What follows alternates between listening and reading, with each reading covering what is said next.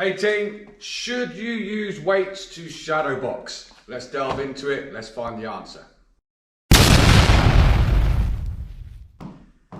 Shadow boxing with weights, excuse me, still a little bit croaky from being ill. Shadow boxing in general is one of the best workouts that you can do for boxing to help you improve. Problem with bag work and pad work, we often get this thing where we kind of lean into it a bit, we don't get our range right. Shadow boxing, we get our range very, very good. However, there is a debate, should we use weights? My opinion is yes, my opinion. But, particularly if you're a man, we have this thing where we like to lift heavy things because we feel like we're tough. If I pick up these 5 kilogram dumbbells, I've seen people use these for shadow boxing, okay? I cannot have correct foot, I can bicep curl these all day long, but very quickly I start to, see that? I start to lose form and it becomes hard to get my hands back to my chin. I'm not using very, very good technique whatsoever. Hands are dropping down. Sooner or later the hands start coming down here. There's no way I'm getting through a round shadow boxing with them. Is it any consequence that I see the people who use these for shadow boxing and they're here, hands are here, and they're doing this because it feels big and manly. And then I see them hitting the bag and pads like this. Are my hands up? No, they're up. You know, this is down, they're up. Are they up where they should be? No, they are not. Personally, these are 2 kilogram weights. So that's really, really light and very unmanly. And I probably can keep good shape and form with these, probably for the round. However, I'm gonna start getting tired. Yes, there's the argument, you're building shoulder endurance. Personally, I use 1 kilogram weights. Okay, I know I can keep my hands up for the round, I can do my defense, I can move around very, very well with them, and I'm not having to drop my hands, but it is adding a little bit of resistance to my punches, so it's eventually going to increase my speed and shoulder endurance. However, there's another good reason why we should be using weights. In my opinion, we'll have a look at that now. So one thing it's very, very good for is making sure you're not flaring your elbow. I'll put this one down a second. So a big problem that a lot of new boxers have is they flare their elbow, particularly on the jab. Elbow comes out and that becomes a flick. Yeah, elbow comes out and you follow the trajectory of the hinge joint, which is coming around from here. You can visibly see if you're turning your hand too early. The reason why you flick is because you turn your hand too early on the way out. That forces the elbow out because the thumb is the opposite side of the elbow. Therefore, if my thumb is facing this way too early, my elbow's going out. So, I can visibly see if I'm turning that weight too early on my jab. That's too early. Yeah, I'm turning it, as soon as it's leaving my chin, I'm turning. Elbows out. Whereas when I do it correctly, it flicks at the end, yeah? At the end.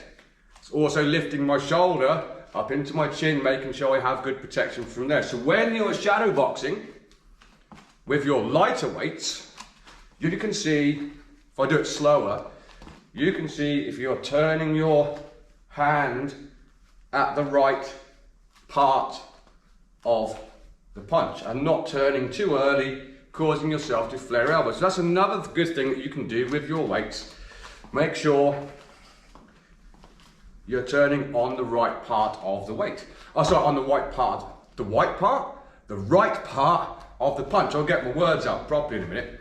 And it's very, very good just to help increase speed and shoulder endurance for your round. A lot of old school boxers done it.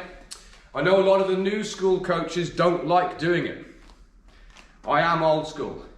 I like shadow boxing with weights. There are some other things we can do to help increase punch power as well though.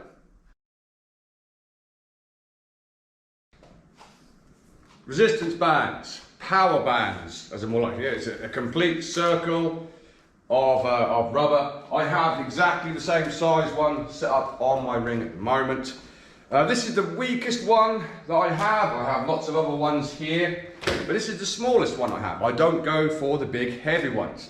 I'm sure you know what they are. These were just purchased from RDX many years ago. You don't have to have it set up on a boxing ring. It can be tied up anywhere you want to, just looped around something, blah, blah, blah. I have a boxing ring here, that's why I do the boxing ring. I loop it around my thumb, bring it around my shoulder, and there's two ways you can work this. You can just work a little bit further forward to increase tension and make sure you're getting your good rotations on your punch, or you can do a slow push out, come back, and a quick reaction from there. So slow, come back, and put your quick reaction on the end. Slow, and back, and same on the other side.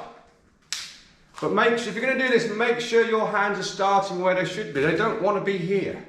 See people do it. All you're doing is building up bad muscle memory. Okay, wants to be here on my chin, going through my rotation, and back through my rotation, and back. See, back to my chin. I'm not going back here. Building up good muscle memory, and you can do exactly the same thing. Out. Out, back into a good position. And of course all that's doing is making sure you are throwing good punches and coming back in line where they're supposed to come, but with added tension, which is going to help increase your speed and of course your power. There's another way we can do that as well though. So I keep saying in our drills, remember, every punch you throw is a pull. I pull, I don't push that punch. It's pulled from the opposite shoulder. Yes, it's if I was throwing a jab across, it's not push, it's pull with the punch and pull on the punch. A lot of people forget to do this.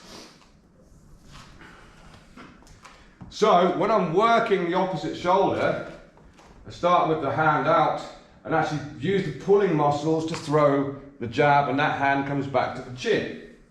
From here, back to the chin. Also helps me make sure I'm throwing in a straight line. If I'm working my jab cross, I'm not arcing it round, which would be a long range hook. Pulling the opposite shoulder for my punch. And the same works on both sides, but I'd have my back to the camera if I'd done that. If you want to increase leg power using resistance bands, great drill that I get all of the guys to do here is using a thicker resistance band but around your waist. I'll show you that. Next size up, resistance band. Again, I'm going to tie it around to the box ring. I'm going to put it around waist height. It just loops round, and from there, around my waist. Remember, your feet are your delivery system. So I literally push forward with my punches. I'm driving from the back leg.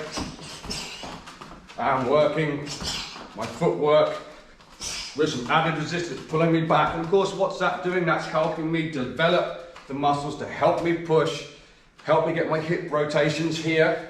There's resistance on the hips. Of course, when that resistance is not there, that's going to be snappier, that's going to be quicker. It's helping deliver that backhand. Of course, if you're a southpaw, it's exactly the same thing. You can walk it out to maximum tension so you can feel the pull on the hip.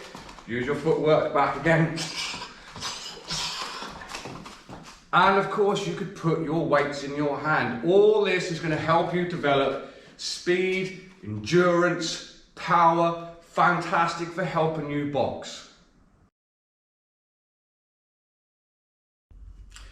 So yes, the answer, in my opinion, you should be shadow boxing with weights. As long as it's not a weight that is detrimental to your shape and form, and it's going to cause you to create bad habits.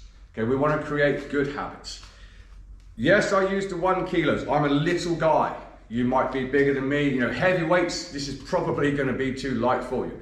But don't get in that habit of picking up a weight that you think you should use, and it's actually too heavy to create that nice line on your punches, or you're swinging down from up here to try and lift it up. It needs to be light enough for you to have correct form, correct shape, and create good habits.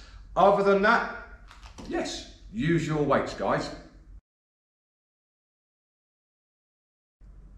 So there we have it, guys. That is my opinion. I can only go from my personal experience. There are people who say you shouldn't use weights. My opinion is you should. I'll be interested to know what you think, whether you find it helpful, whether you don't like it, whether you think you should, whether you shouldn't.